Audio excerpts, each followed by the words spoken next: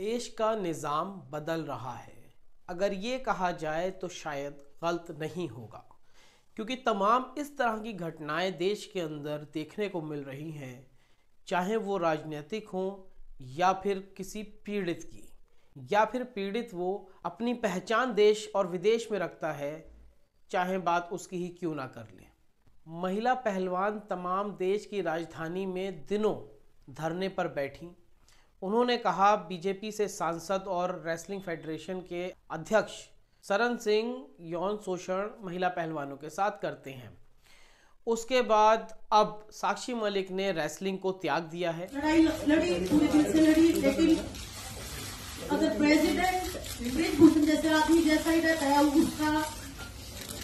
उसका बिल्कुल सहयोगी है, उसका बिजनेस पार्टनर है, वो अगर इस फेडरेशन में रहेगा तो मैं अपनी कुश्ती को त्यागती हूँ और मैं आज के बाद कभी भी आपको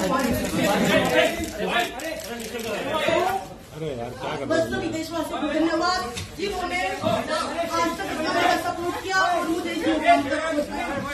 वहीं अगर बात की जाए बजरंग पुनिया की, तो उन्होंने जो पद्मश्री मिला था वो नरेंद्र मोदी को वापस देने चले गए। आप पीएम हाउस में पहुंचा दीजिए, क्योंकि देखो अंदर तो मैं जा नहीं सकता, तो आप पहुंचा दीजिए किसी भी तरीके से। उसके लिए आप अगर परमिशन आपके पास है मिलने की है तभी हो पाएगा, कि अभी रूट भी लगा हुआ है, ये वाला सी रूट पीएम साहब का रूट लगा हुआ है। मतलब कोई भी सी नहीं है, कोई भी मतलब मैं कोई ना तो प्रोटेस्ट कर रहे हैं हम, ना कोई हिंसा कर रहे हैं हम, सिर्फ शान हमें पता है, शान का हमें अच्छी तरह से पता है और दिख भी रही है हमारी, तो हाँ बिल्कुल हो जाएंगे। एक बार अगर आप कोशिश करो, आप पहुंचा दो ये चीजें।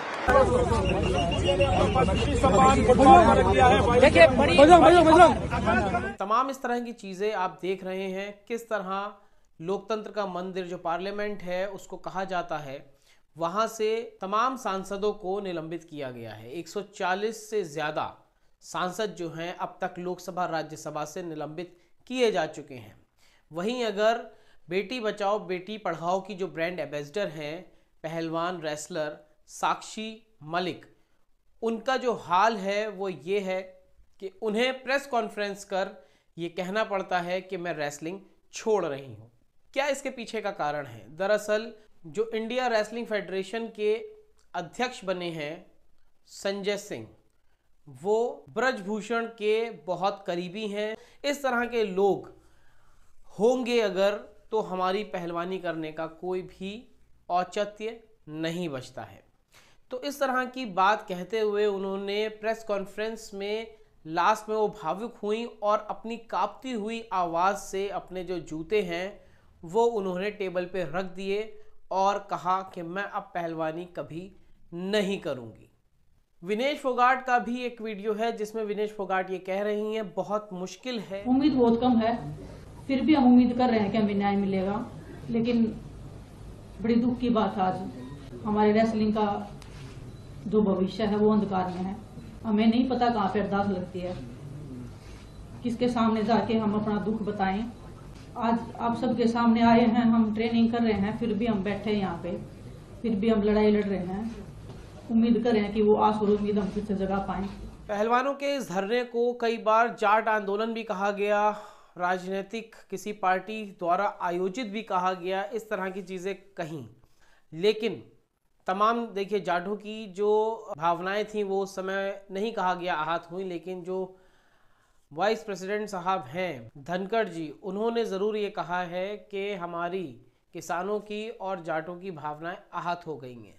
खैर, इसके साथ साथ जो राजनीति के अलावा लोगों को समस्या है बेटी बचाओ बेटी पढ़ाओ की जो ब्रांड एम्बेसडर हैं, उनके साथ जो घटना घटित हुई है उसको देखते हुए जो विनेश फोगाट हैं उन्होंने कहा कि उम्मीद बहुत कम है लेकिन फिर भी है, हमें नहीं पता कहाँ जाके अरदास लगाएं, कैसे हमें न्याय मिलेगा। इसी के बाद जो बॉक्सर विजेंदर हैं उन्होंने भी कहा है कि ये गलत है, दुख की बात है कि एक खिलाड़ी की पीड़ा मैं अच्छी तरह समझ सकता हूँ, किस तरह उन्हें जाटों का कहा गया आंदोलन, जब वो लोग तमाम पहलवान जंतर मंतर पे बैठे थे, दिनों तक वो बैठे रहे लेकिन सरकार ने कोई सुध ना ली। किसी राजनीतिक दल द्वारा ऑर्गेनाइज्ड भी कहा गया। तो बॉक्सर विजेंदर ने भी अपनी प्रतिक्रिया जो है वो दी है। अगर ये आपकी किसी माँ बहन बेटी के साथ हुआ होता, क्या तब भी आप लोग ऐसे ही चुप रहते, या मोदी सरकार तब भी ऐसे ही चुप रहती? इस खेल के जो इन्होंने प्रोटेस्ट किया था उसको तरह तरह से बदनाम करने की कोशिश की गई। उसको कहा गया कि आप किसी कांग्रेस पार्टी से प्रेरित हैं, उसको कहा गया कि आप ये तो जाटों का एक प्रोटेस्ट है, तरह तरह के एलिगेशन लगाए गए। मैं गया वहां, पहले दिन से उनके साथ था, मैं अब भी साथ हूँ और आगे भी साथ रहूंगा, बिकॉज मुझे मालूम है कि खिलाड़ी की जो पीड़ा होती है वो इतनी आसानी से नहीं जाती, बिकॉज वो लड़ाई चाहते हैं और लड़ना जानते हैं। और मैं चाहूंगा कि उनके साथ न्याय हो, और जितने भी लोग, जितने ही आवाम है हिंदुस्तान की, वो एक बात जरूर सोचे कि भैया एक इतना बड़ा खिलाड़ी हमारे पास, कहते कि गिने चुने मुट्ठी भर, कहते कि हम काउंट कर सकते हैं उंगलियों पर कितने ओलंपिक मेडलिस्ट हैं, उनके साथ इस तरह का व्यवहार किया जा रहा है, तो जो आम जो जनता है, आम जो नागरिक है, उनके साथ क्या होगा? एक बार सोचिएगा जरूर इस बात को। और बड़े दुख से उसने रिटायरमेंट लिया। हमारे लिए भी बहुत, मेरे को बहुत कहते कि शौक लगा कि यार ऐसे नहीं होना चाहिए था। और विनेश फोगाट तो प्रधानमंत्री जी से पहले भी मिली थी, उसकी पूरा परिवार मिला था कि मेरे साथ ये सब चीजें हो रही हैं, लेकिन फिर भी वहां से कोई उन्होंने न्याय नहीं मिला, और एटलीस्ट उन्होंने अपनी एक रिटायरमेंट की घोषणा की। तो भैया इससे खेल जगत बहुत दुखी है, परेशान है, और हम हर खिलाड़ी के पास जाएंगे, हर स्टेडियम में जाएंगे, हर अखाड़े में जाएंगे, उनसे बात करेंगे कि भैया महिला सेफ्टी के ऊपर बात हो, खिलाड़ियों की रोजगार पर बात हो। उनके साथ कंधे से कंधा मिलाकर हम पहले भी खड़े थे, अब भी खड़े और आगे भी खड़े रहेंगे। साक्षी मलिक, विनेश फोगाट, बजरंग पुनिया से प्रियंका गांधी भी मिली।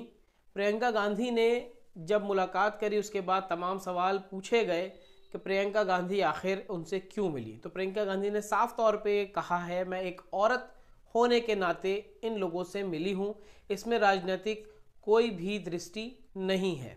वहीं दीपेंद्र सिंह हुड्डा ने भी इस पे प्रतिक्रिया दी है। तमाम जो मीडिया वाले हैं उन्होंने बार बार ये सवाल पूछ रहे हैं कि आखिर प्रियंका गांधी क्यों मिली हैं, क्या ये कोई रणनीति है आगामी चुनावों की अगर बात करी जाए तो इस तरह से क्या इन्फ्लेशन पैदा होगा। तमाम इस तरह के कयास जो हैं वो लगाए जा रहे हैं। एकमात्र ओलंपिक की पदक विजेता पहलवान ने अपना जो है पहलवानी से अपना संन्यास की घोषणा करी, बड़ा दुखद है।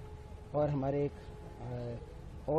हमारे देश के सबसे बेहतरीन पहलवानों में से जिनका ट्रैक रिकॉर्ड रहा है, उन्होंने अपना पद्मश्री लौटाया, वो भी बहुत ही दुखद है। इस बात पर मैं प्रियंका जी साक्षी मलिक से मिलने आई थी, उनको यही उन्होंने कहा कि इस अन्याय की लड़ाई में वो उनका पूरा साथ देंगे। कांग्रेस क्या उनके साथ आगे कुछ प्लान कर रही, कोई प्रोटेस्ट, कोई सरकार को कोई ज्ञापन? देखिए अभी कोई ऐसा कोई राजनीतिक, ना तो इस आज की जो विजिट था उसका ना तो राजनीतिक कोई मकसद था, ना ही कोई राजनीतिक दृष्टि से की गई। ये एक अन्याय हुआ है हमारी पहलवान बेटियों के साथ।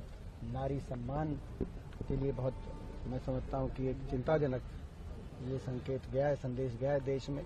बेटी बचाओ बेटी पढ़ाओ का जो नारा था, खेलो इंडिया का जो नारा था, वो धुएं में उड़ गए वो नारे, ये जो दिखाई। तो ऐसे में मैं समझता हूँ सबको स्वाभाविक रूप से दुख पहुंचा है।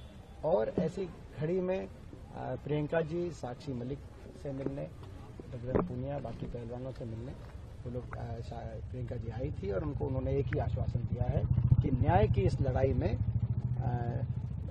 आखिर तक उनका पूरा साथ प्रियंका जी और कांग्रेस पार्टी। वहीं इमरान प्रतापगढ़ी ने भी इस घटना पे अपनी प्रतिक्रिया देते हुए कहा है कि जब भी देश में बेटी बचाओ बेटी पढ़ाओ का नारा लगाया जाएगा तो साक्षी मलिक याद आएंगी, क्योंकि वो इस नारे की ब्रांड एम्बेसडर थीं। उसके बावजूद उनके साथ जो देश के अंदर हो रहा है और जो उनके फॉलोअर हैं वो होते हुए देख रहे हैं, ये अपने आप में निंदनीय है। बेटी बचाओ बेटी पढ़ाओ नारे की सच्चाई और उसकी ब्रांड एम्बेसडर है साक्षी मलिक। जब भी देश नरेंद्र मोदी जी के मुंह से बेटी बचाओ बेटी पढ़ाओ का नारा सुनेगा, तब देश के सामने साक्षी मलिक की तस्वीर उभरेगी। इस तरह की जो चीजें घटित हो रही हैं, इसी तमाम चीज़ों के चलते ये कहा जा रहा है कि जो निज़ाम है देश का वो बदल रहा है। आप क्या सोचते हैं इस निज़ाम के बारे में? क्योंकि जिस तरह पार्लियामेंट के अंदर घटना घटित हुई, जिस तरह पहलवान बेटियों ने अपनी प्रतिक्रिया दी है और पद्मश्री से लेके और अपना करियर तक त्याग दिया है, उस पर आप क्या राय रखते हैं? क्या आपकी प्रतिक्रिया है? कमेंट द्वारा ज़रूर साझा करें। अगर अभी तक चैनल को सब्सक्राइब नहीं किया है, सब्सक्राइब, लाइक और शेयर कर लें। हमारे चैनल को आप फेसबुक, ट्विटर, इंस्टा पे भी फॉलो कर सकते हैं। अगली अपडेट के साथ आपके समक्ष फिर प्रस्तुत होंगे। नमस्कार।